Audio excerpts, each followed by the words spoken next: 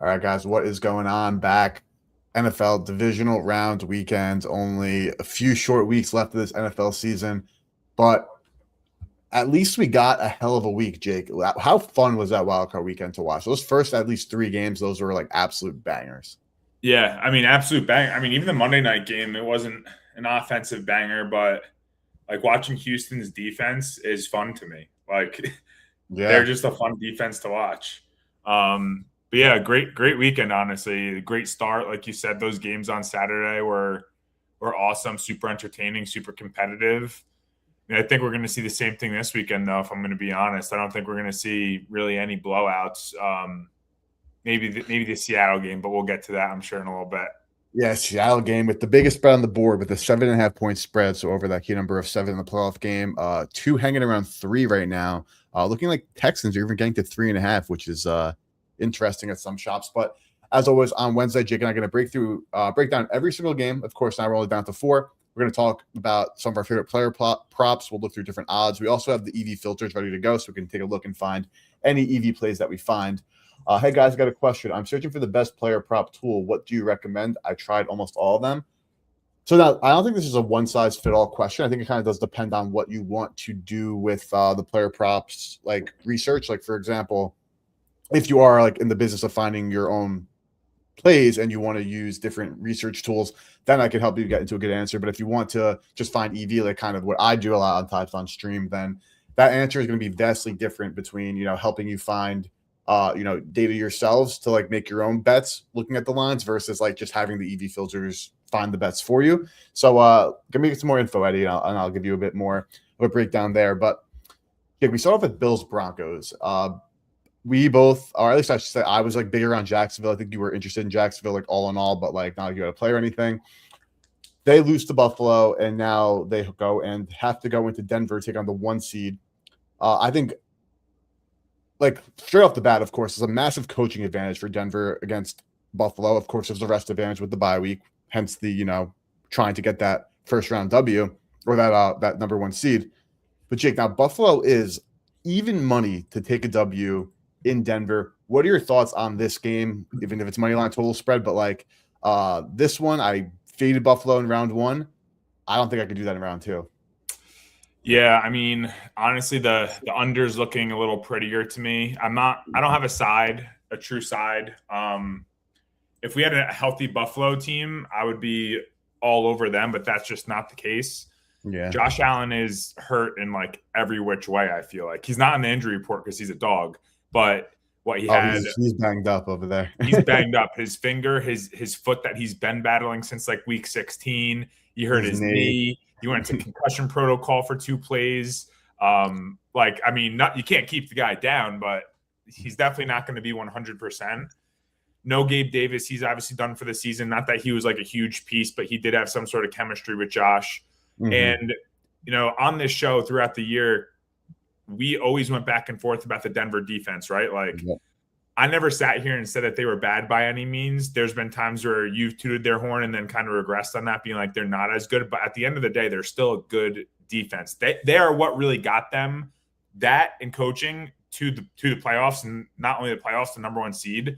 So I don't think they're as good as people gas them to be, but they're still a good defense. They're at home. They're well rested. They're healthier. I believe Greenlaw is back for this game. So that's definitely going to help their cause. It's going to help the unders cause too.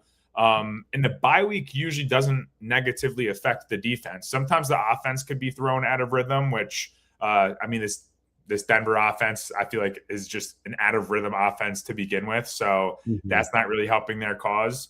So I do like the under here. I think Josh Allen is hurt, and I think this Buffalo offense is going to slow down a little bit. I know that they could be a little weaker on the defensive side, which I'm going to get into. The only play that I officially locked in is in this game. It's a player prop, so I'm going to get to that in a second.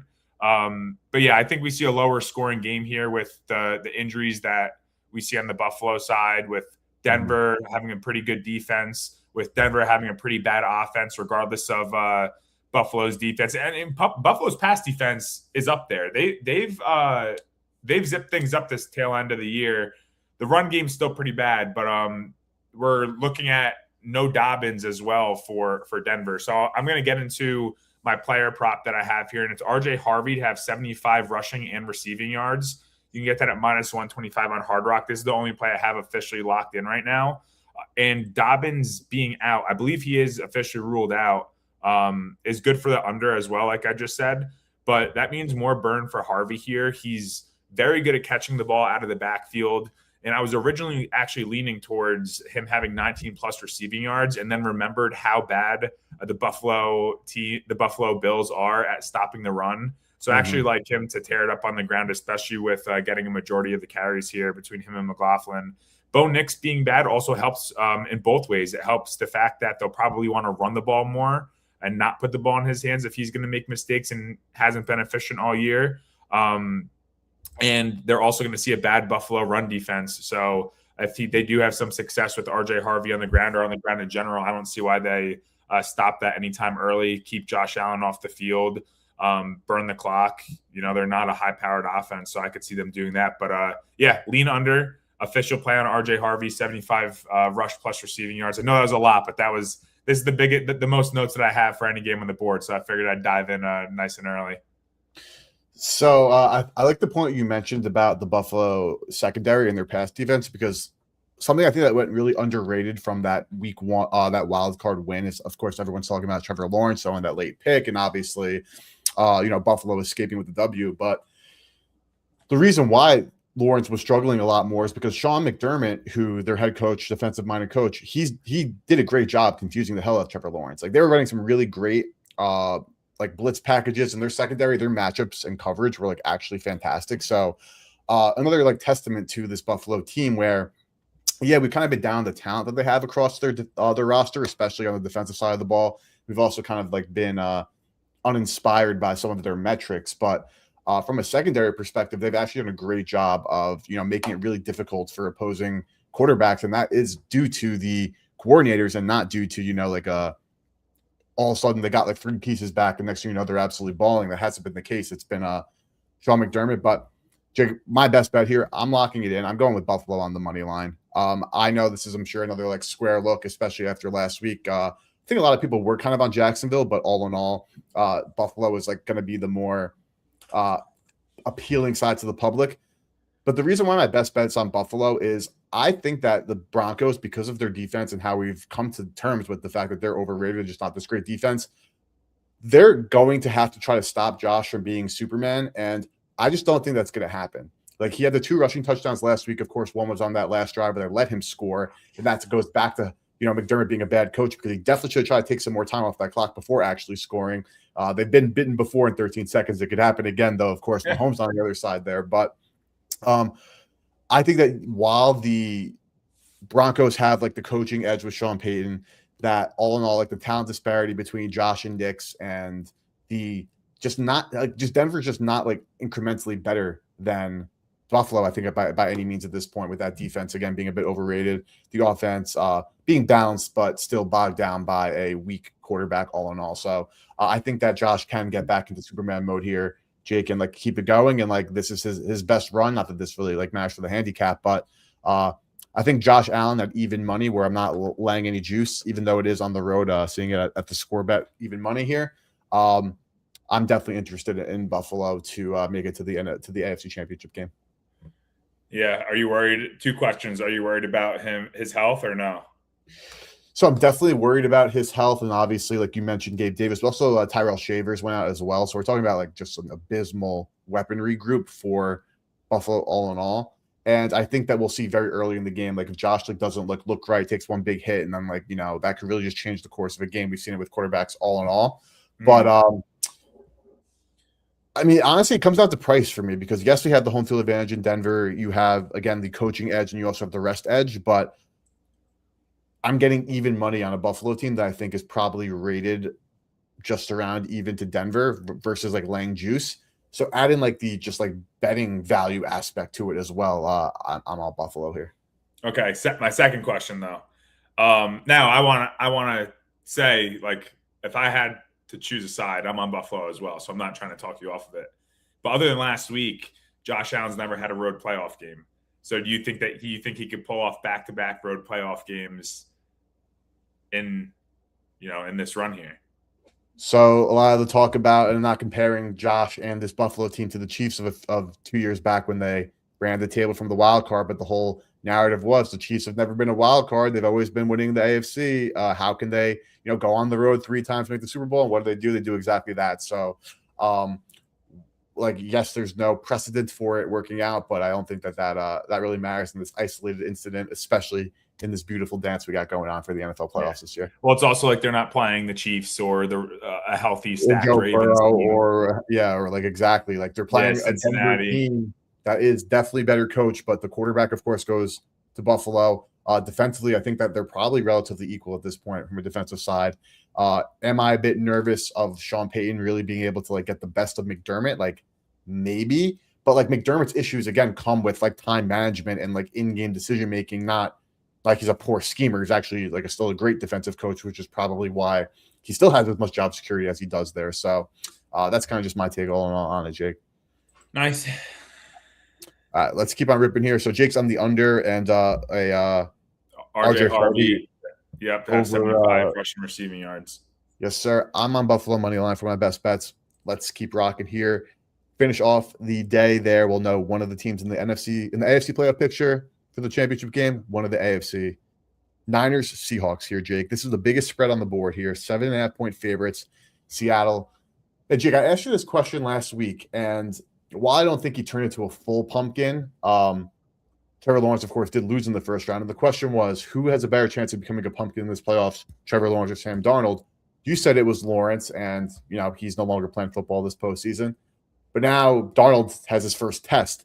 It is against a weak defense. It is against a defense that at least has been playing better down the stretch. And it is, of course, against a, known divisional foe. This was the third time they'll be playing this season. Jake, what are your thoughts on this matchup with the spread this big in Seattle? Yeah, I mean, I would lean Seattle -7. I think I hinted at that a little earlier. I have nothing officially locked in. I do think that hook, which I think you can get 7 across the board, not at standard juice, but I see Hard Rock with -115, FanDuel -115. Yeah, FanDuel is a 7, yes. Yeah, Caesars -114. That's probably the best line. I think the hook is a bait. Like even if it was -7.5, I'd still probably lean towards a 7.5. San Fran is another team that, I mean, they're just loaded with injuries. It just keeps piling on for them. Aside from their defensive injuries now, obviously Kittle's out for the season. And I think it's as simple as Seattle's much better than the Philly team that they just beat. Now, it's not easy to go into Philly and beat them, but I think that was also, I wouldn't say a statement win. I think it was more of a statement loss where I was one of those people, you were one of those people still on the Philly bandwagon. Like, hey, they do this every year. They still win close games where they play like shit, and it's versus good teams, though. And that, come to playoffs, they turn it up, and we could see them going to the Super Bowl again, and that just did not happen. I didn't have an Eagles ticket, so that's good. But I think the San Fran win over them isn't as astounding as one would think, like a 5-point underdog win would have. And then on top of that, what did San Fran need? They needed a huge day from Demarcus Robinson. They needed trick plays or pulled out of the hat. They had to do what they had to do to win with the circumstances of not having a George Kittle and having half your roster injured. But a win is a win, right? Like, I can't take that away from them. They're well coached. We know Shanahan is a great coach. I just think that the San Fran defense is not good enough to slow down Seattle at all. To be honest, I'm eyeing up more of a Seattle team total over. I think it's around 26.5, but super juice. So, I would still play at 27.5. That's probably the play that I like the most. But yeah, it would be Seattle -7 or a team total over for me. I can see this being somewhat of a track meet, as weird as that sounds with a really good Seattle defense.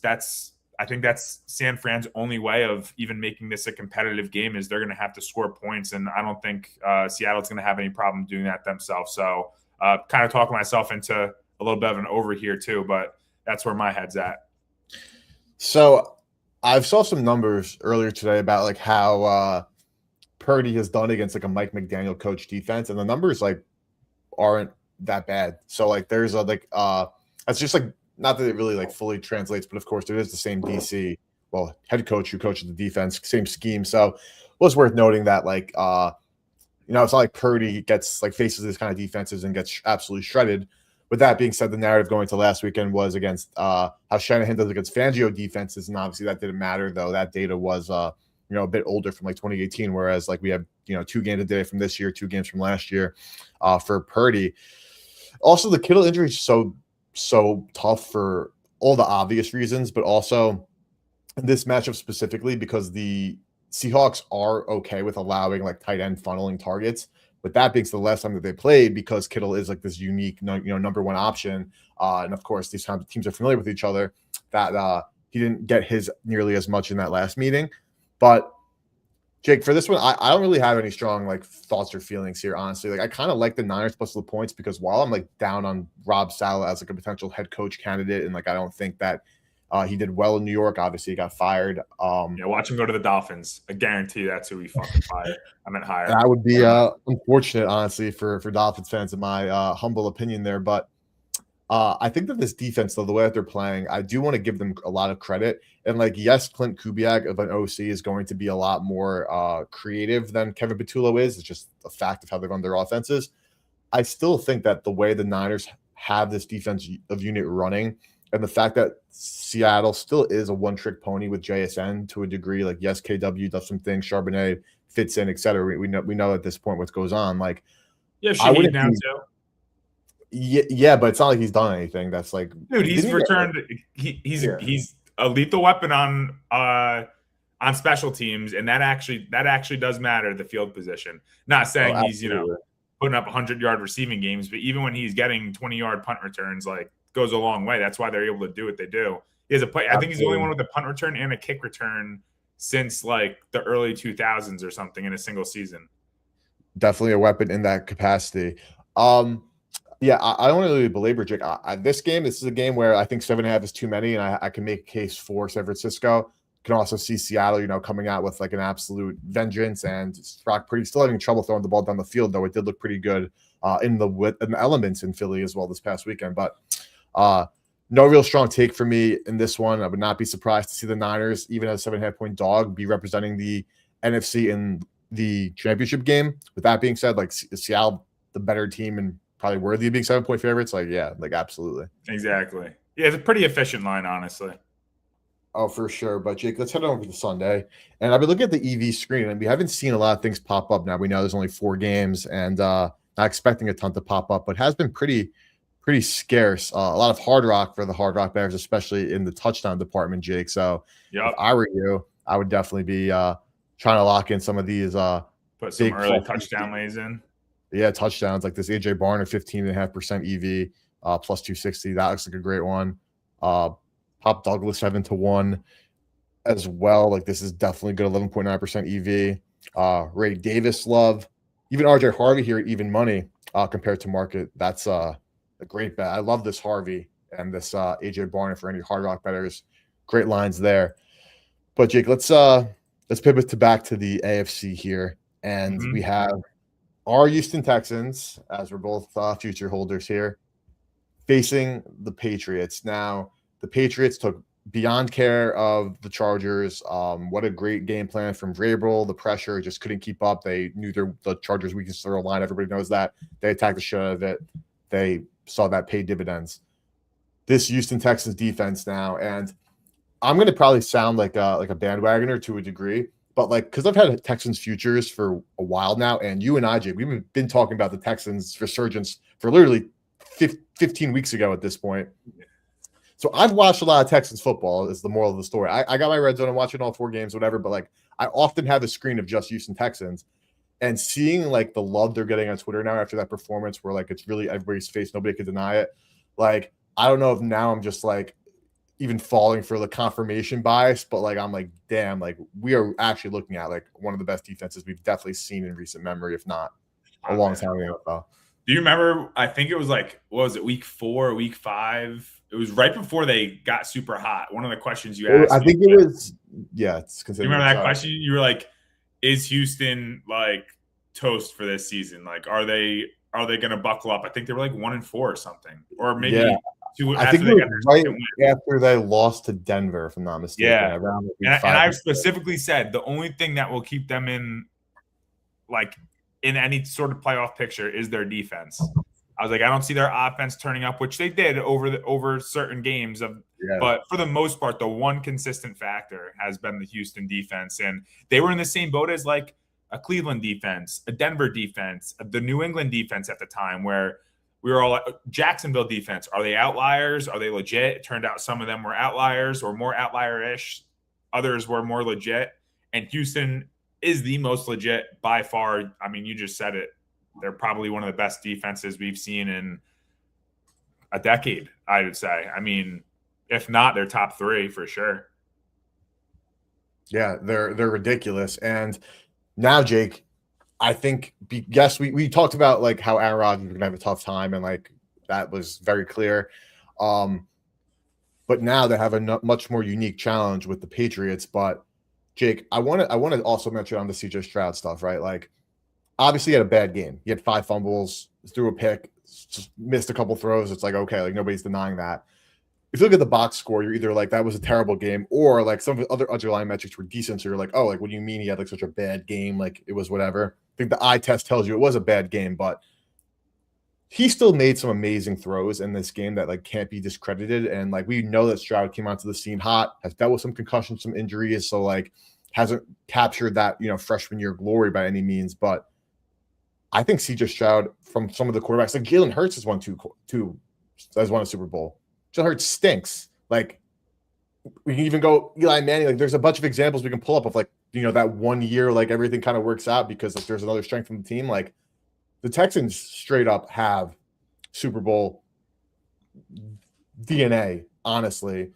And getting 3 points this weekend, give me all that money line. Give me all that. I even have a future on Texans anyway. I would double down. Like, I love the Texans this weekend. Yeah, that's the only reason why I feel like I'm not on them is I already have them to win the AFC, and I'm like, if anything, I'd probably sprinkle money line just for the value. But you also said earlier, dude, the Chargers O-line, like, give New England their flowers. Good for them. They beat the Chargers. They got pressure on Herbert. I'm pretty sure that I saw a graphic this week where the Los Angeles Chargers tackles and guard were ranked almost dead last in PFF grades for their entirety of their O-line is like, dude, dead last. It's like, what do you expect Justin Herbert to do? Like, the poor guy is just getting demolished back there. He did play poorly though too. Like, he did, but no, yeah, I'll say that. I think this is a great matchup for Houston. I also want to just highlight like the fact that the Pittsburgh Steelers didn't put Aaron Rodgers back in with like 3 minutes left in the game. I needed him to get one more pass attempt. Well, to be fair, he said, "Fuck that, I'm not playing." Of course he did, but still, like, bro, that's how you're gonna go out. Go sling one more, throw one more out of bounds, dude.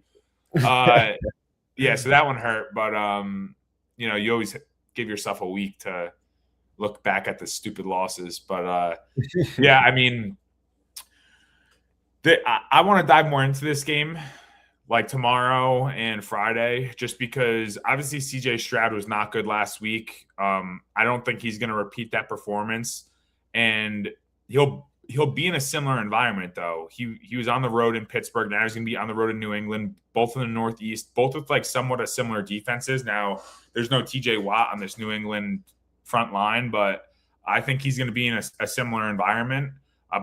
And then, I mean, we could talk about the Houston defense all we want. They're super fun to watch. They're elite. They play even better on the road, which is something I think should be highlighted. When they're on the road, they absolutely ball out. And Drake May did look a little shook at times last week.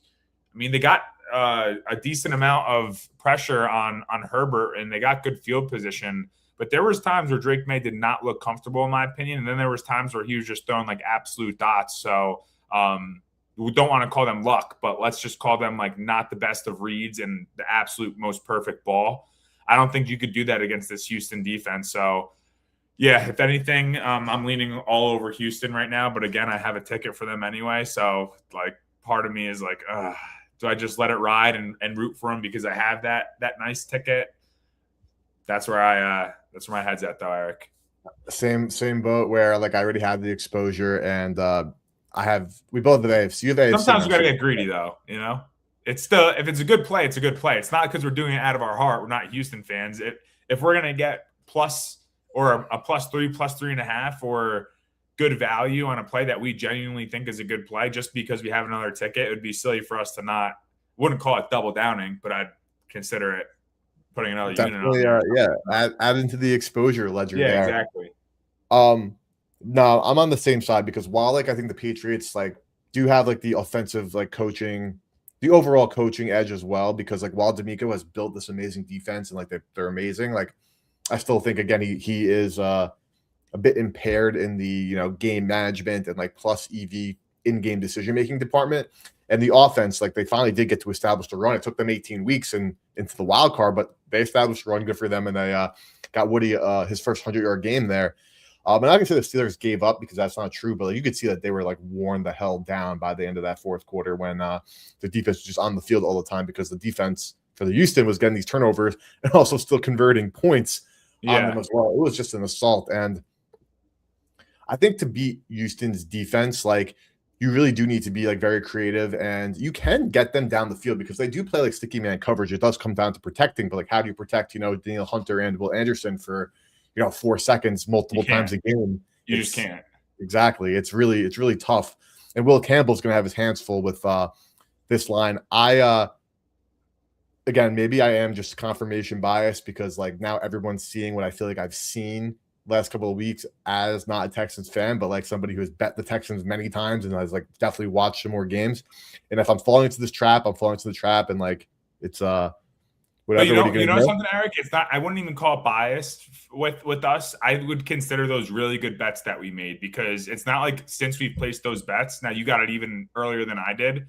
It's not like they've given us a reason to be like, oh man, that was a shitty bet. Like I took Ashton Genty to win Offensive Rookie of the Year like week 3. Right. And that was just a bad bet. It's not like I kept backing him, hoping that, like, chasing that he would do good every single game. Like, I had a bet.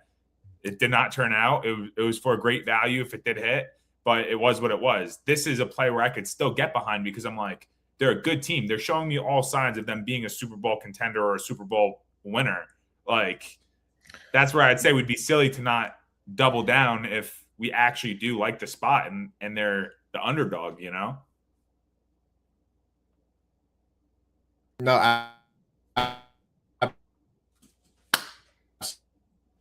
absolutely. I think that's where I guess like the confirmation bias.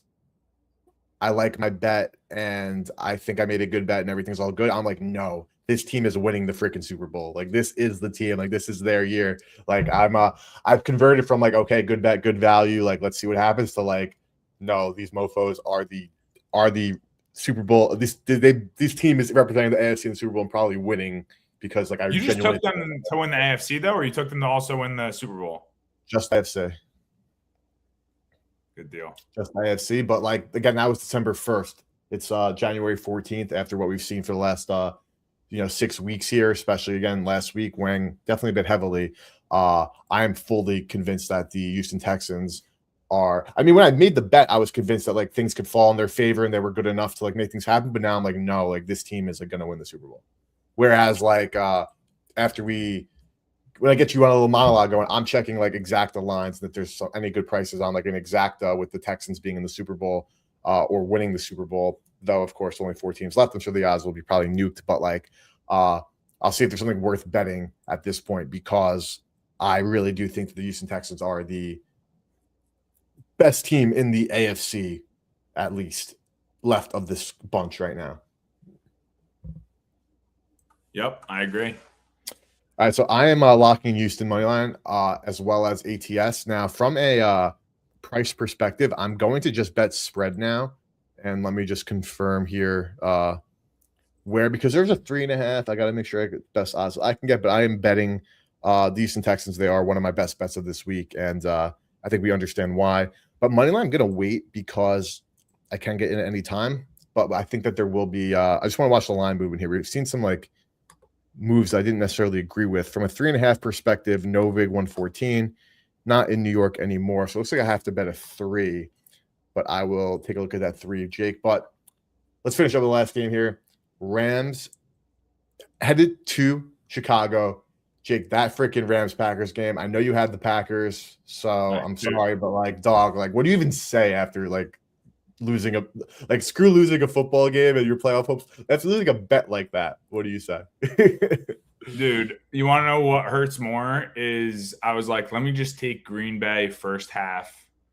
I I'm more confident in that play, but I had already locked in the full game, so I was like, I'm content with my whatever -3 ticket or whatever I had. I mean, I don't even know. I have no words for that. You feel so confident. The only thing that I'll say is it's really not over until it's over, and that's just Yeah. like the NFL right there. We've seen that happen in Super Bowls. We've seen that happen in regular season games. We've seen that happen in playoffs, wild cards, games at the end of the season to get into the playoffs. Like that is just football at its finest.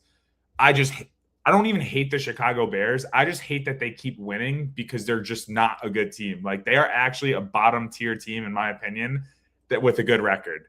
But like they win. You know, the record's all that matters at the end at the end of the day. When the clock strikes zero, whoever wins, you could play shitty for 3 quarters. If you play great for 1 quarter and it's better than the other 3 quarters that the other team played, you win the game, and that's football, dude. So when you do it consistently, it's not even luck anymore. It's just like Chicago's identity is. Well, it's still luck because we're still talking about a 1 year like Yeah, but you know what? Like, game yes, sample it's luck. size. I think Chicago has come from behind in the fourth quarter to win like 6 or 7 times this season. But you want to know something? They have the most turnovers in the league. Like their defense stinks, but they turn the ball over. Like, yeah, sure, that's luck to an extent. But when you continue to do it like consistently all season, it's like you want to think that it's luck, but the stats don't It's say luck. it. So there's got to be a time where you choose like, all right, they're probably going to get some turnovers because that's what they do. That's like all they do. But yeah, that's it sucked to see. It really sucked to see, but it is what it is. On the game. So now that these Bears are taking on the mighty Rams, who again, crazy game, as I'm sure we all saw. Yeah. But absolute crazy game against Carolina. Rams end up coming out there and still winning, though not covering, as we know. But Jake, now are you in the boat where the yes, they're frauds, but like I feel like we can't ignore Matthew Stafford now going into a very cold environment, supposed to be freezing cold temperatures, indoor / beautiful weather team in conference. Bears built for this. The Rams defense also fallen off a cliff the last couple of weeks, especially in the past game, where they're not this shut down like amazing unit like Seattle, like Houston, not even close. And now they have to go against this Bears team that never says die, that can establish the run, and is definitely built for this environment, Jake. Is 3.5 points too many points, or hasn't adjusted enough? Like, where are you seeing this line? I think I learned from my mistake last week. I have a lean, and I'm just keeping it to the first half. I like the Rams in the first half -2.5. Not locked in right now. I do think the Rams are a much better team, and I don't think the Panthers are as bad as like the people think the Panthers stink because they're the Carolina Panthers, and we've seen them stink for like 5 to 10 years now. But like I almost categorize them in the same category as the Chicago Bears, just with worse coaching. So like I wasn't as now if the Rams lost, I'd be like, all right, that was a bad loss by them, you know. But even when I saw that, you know, they were 10.5-point favorites. It was just a sketchy line. The Rams came out hot, right? Like you were like, oh, this is going to hit with flying colors. Or was it 14-0 already in the first quarter? But I can't shy away from the fact that they are going to be in Chicago in freezing temperatures.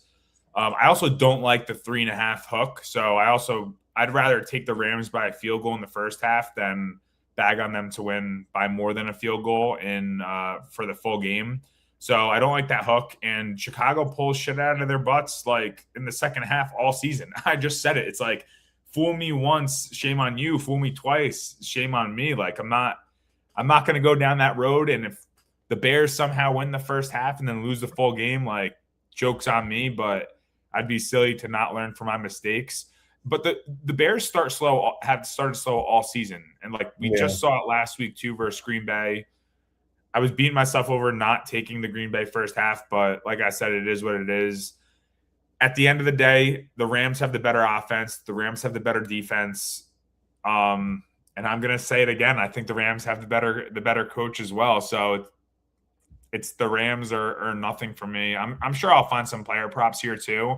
I don't think Devontae Adams is healthy or was healthy last week. He didn't look it. But yeah, I still like the 1-2 punch with Williams and Corum in the backfield. They both played pretty well. They're both reliable. You still have Puka Nacua, Parkinson, these other.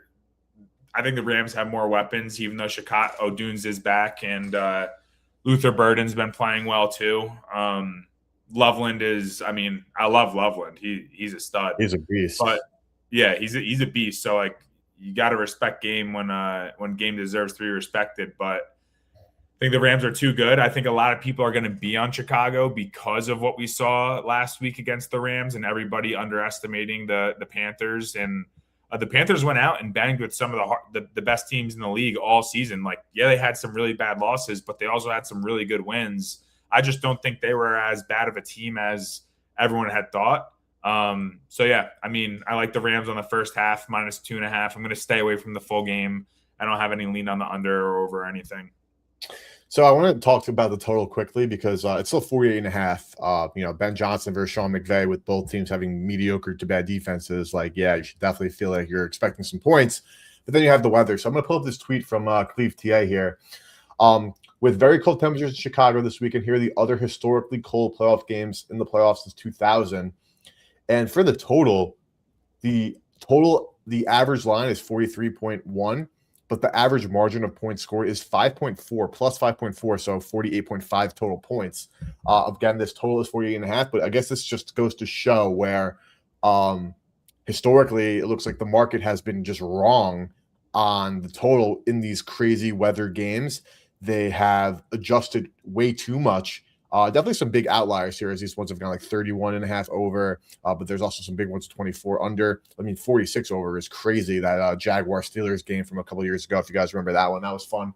But interesting to note that like this is definitely not like an auto bet under with the weather, regardless of what you think about Caleb Williams and like Matt Stafford, in the cold on the road here. Definitely not an auto bet under.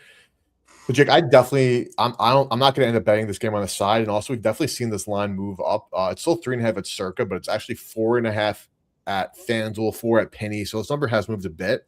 But I kind of like the Bears, Jake. And at this point, it's kind of like back to your like, if you can't beat them, join them bandwagon here, where it's like, yes, they're this lucky team. Like this was their crazy year. It's just so reminiscent of the Commanders last year in terms of like a variance going their way, whereas like they're clearly worse than Seattle. They're clearly worse than the Rams. They're probably worse than the 49ers. They're definitely probably worse than Buffalo, Houston, New England, and Denver. Like realistically, they're probably the worst team still in the dance, like probably not even debatably, but they're going to still find a way to like fuck around. They were worse than Green Bay, in my opinion. Yeah. Who won the game? Yeah, exactly. So I think that the Rams, I would not lay it with the Rams here. I would actually definitely take it with Chicago if I am taking a side. With that being said, the real bets that I love are on Buffalo and on Houston money line and +3.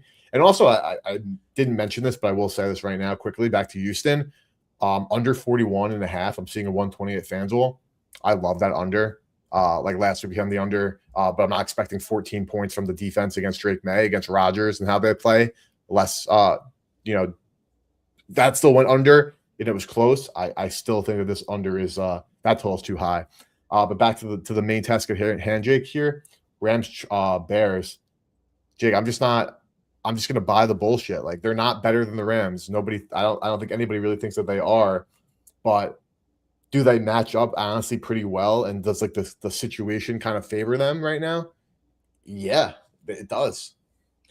You have Caleb Williams coming off of a great game too, low key. Like, what do you throw for almost 400 yards or something? Like, now I don't think it was Green Bay. Green Bay obviously wasn't 100% on defense. They were missing a lot of important pieces, but you throw for almost 400 yards on any NFL team any given week, it's still impressive, let alone in the first round of the playoffs. So it's almost like he's been battle tested a little bit. But you have Stafford on the other end, man. You got the veteran who does this. He does Yes, he this. does it, but like it was a meme. I'm not gonna be able to find it right now, but like it was a meme, so I'm not like living and dying by an internet meme. But it was like, yeah, when your Hall of Fame quarterback has the one of the best offensive coaches of all time scheming properly, and two of the best receivers in the National Football League getting open, like yeah, you're gonna be great, but otherwise it's not gonna be great. Like as great as Stafford is, and probably on a Hall of Fame trajectory. Obviously, might win an MVP now, has a Super Bowl. Like, I think that this is like from like a matchup perspective, especially considering like they play the Seahawks and the Niners multiple times throughout the year and they're divisional rivals. Like the Rams are probably a really bad matchup for them in Soldier Field right now. Like if they're playing in LA, like this is a different. This line is. I don't think they're landing. I think they're probably landing like what, like 7 at home. But with everything that's going on right now, I don't see it with the Rams. Maybe I'm just down the Rams. Like I bought into Chicago for some reason, man. I am. Lots of bait and switching that you've done over the season. Listen, brother, that's what you got to do. You got to update your opinions when you get new information. Right. It was a fantastic football season, so I think I've done a good job. Again, You have. definitely. I can't even knock you. You know when to bait and switch. I'm not saying it's a bad thing, but I was just pointing it out. There's been teams you were high on and low on, both of us, honestly. Sometimes when you're too high on a team and you don't want to switch up on them, that's what screws you, man. Like that's when you bet with your heart. You're like, no, I know that this team's going to be great. I love them all season. They won me money week 1 through 4. Well, guess what, buddy? Week 6 through 15, they lost you money, and it's not worth going back to the old horse, Absolutely not. You got to be able to get off your priors and change them when you're wrong and admit it. And there's nothing wrong with that. But Jake, lastly, before we hop off, let's just look at some future odds quickly here. DK interface is better for this, so we'll just use that, but we'll could shop. These are name the finalists, so it doesn't have to win, but just the 2 conference champions. And now also I will say, if you guys are going to be bet something, like mess around with the parlay odds, because sometimes you can parlay them and the odds are better than what you'd get for a name the finalist, which is the same exact bet. So just some game for you all. But Jake here, guns ahead right now, who are your 2 Super Bowl teams? It's got to be Seattle, Houston, man. Seattle, Houston, 8-1 odds. Let's actually, because I'm curious, I want to see if you can get catch DK in 4K right here. But if you parlay Houston and Seattle, and Houston are actually plus 340 for the AFC. It's 846, so better odds there. Them than which again hopefully saves somebody out there. But like yes, always make sure when you're doing any futures or anything, like honestly any kind of parlay or an event that is a parlay offered as not a parlay the 2 things that can parlay to get there, because then you'll be able to find some times like this where they're trying to steal 46 cents from you guys. Yeah. I actually like though the Seattle Houston, but like with that being said, if there's any like long shot I would bet on the board, believe it or not, it would be this one. Oh, I was gonna say Chicago Buffalo is my long shot. Chicago Buffalo is, where are the odds? Buffalo, my blinds. Buffalo Bills versus Niners. Buffalo Bills versus Chicago Bears, 25-1, right there. That's probably my long shot right there. I think Buffalo. If it's not Houston, it's Buffalo. Like I'm very torn between the 2. If Buffalo comes out on top this week, if they beat Denver, I mean, obviously anything can happen in either of those games. But yeah, well, the 2 games I have my strongest opinions on are Buffalo money line and Houston money line. So like I feel like I have a good understanding of the AFC playoff picture here, but the NFC, you told me it's Niners, Bears, or Rams, Seahawks, or any combination of those 2 teams completing next weekend, I wouldn't bat an eye. Honestly, I'd be like, okay, cool. I know. Well, I mean, Denver, New England next weekend, I'm going to be like, nah, bullshit. Yeah, I mean, this sounds stupid because it's so obvious, but anyone that wins this weekend is obviously very capable of probably winning the entire thing. It's easier when you're in the conference championship, right? It's like, all right, there's only 4 teams. You win 2 wins and you're the Super Bowl champion. But it's not like I don't think any one of these teams is super, like I don't have any super strong pull towards a Super Bowl champion right now. That's what I should say. I wouldn't be shocked if any of these teams won the Super Bowl at this point. All I care about is the Chiefs aren't in it, the Eagles aren't in it, Um, who else is always Baltimore's not in it. There's a stat that it was like this is the first time in like 10 seasons that or 15 seasons that these three teams are not in the playoffs. And I know it was Baltimore, Kansas City, and another team that like always wins, but missing off the top of my head. But yeah, either way, obviously whoever I don't have any strong opinion on the Super Bowl winner. I like Houston out of the AFC. I like Seattle out of the NFC, but whoever comes out on top in that game, if those other if those other two teams in the Super Bowl, it is what it is, dude. I don't know. Like I wouldn't have a strong. I know Houston would probably be a decent underdog in that game, and I'd probably be on them, but I wouldn't have a strong pull on like, hey, I think this much stronger about Seattle than Houston or vice versa. No, I mean Houston right now. So just quick look on DraftKings. I'm sure you can find better odds to shop around. Just looking at what their Super Bowl odds are. Seattle the favorite. The Niners are the biggest underdog here at 20-1. Of course, playing Seattle this weekend, 7.5-point dogs, but obviously, again, with only 8 teams left in the dance, and we'll be down to 4 in just a few short days here. Not going to see any like crazy odds here, but just to give you a picture, New England though still getting, in my opinion, like too much respect. Like I know I'm not going to sit here and say they're not a good football team by any means because that would be disingenuous. That can't be true, but.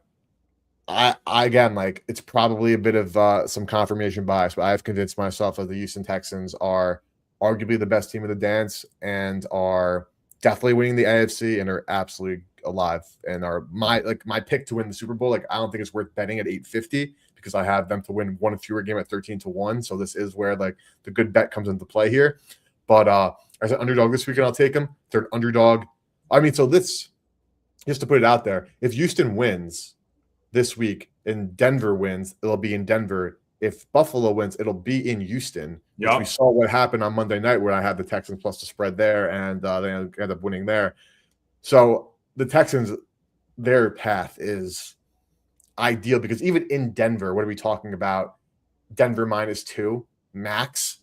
Give me this team as a dog. Like Houston is the stereotypical team. We talked about this many times, Jake, where Houston's laying 10, even though they did cover some big spreads this year. We're like, listen, I don't want to touch that offense. Houston is a dog. Give me them like every single time. Yeah. That's what we're put up for this postseason with them. I know. I'm with you. I mean, they have been underdogs most of the season, honestly, and they just continue to win outright. Like at the end of the year, they were winning. They're beating the bad teams by like 14 plus when they were 10-point favorites. We're like, I was like, I don't want to touch this terrible offense as a 10-point favorite. I know the defense is good, and what happens?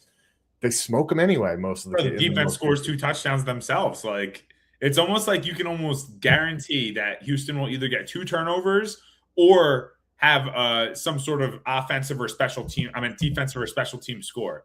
It's like just dock it. Remember the one? I don't know what game it was. Oh my! It was Houston.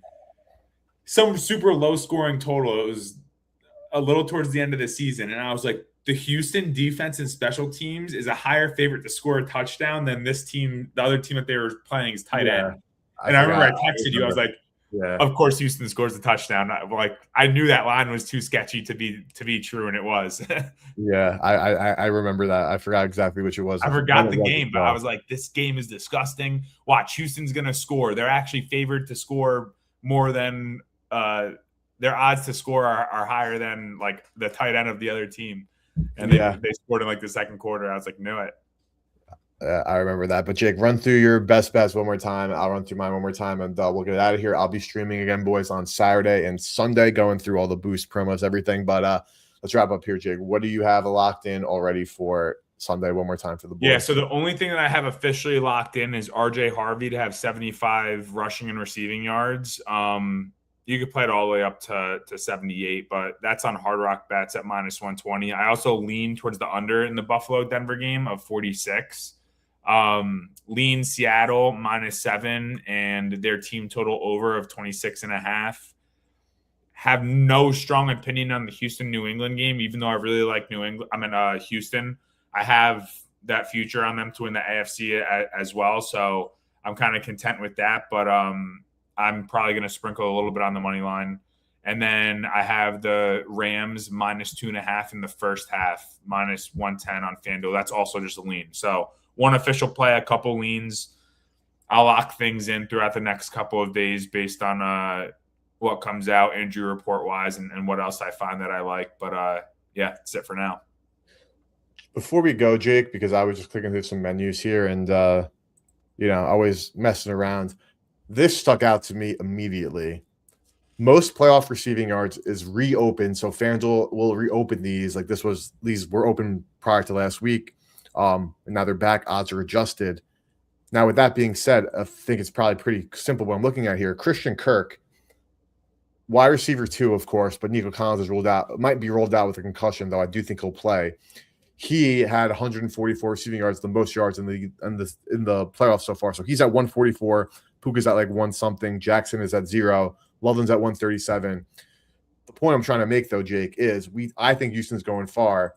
The man is literally in first place for this currently. That's a really good bet right there. And he's at 16-1. That's a really good. Is that not worth betting?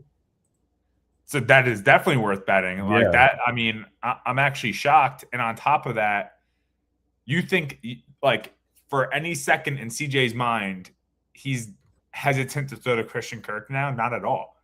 If anything, he just built so much trust with him last game, being like, hey, that's the guy I can go to when I need a catch and a run, some yak yards, a big first down. Like, especially if Nico's hurt, geez, that's got to be a massive lead here because Loveland's 550, and like again, Kirk is a wide receiver 2, not even sometimes 3. His you want to know what they're bagging on though, Eric? They're bagging on them losing this week, probably.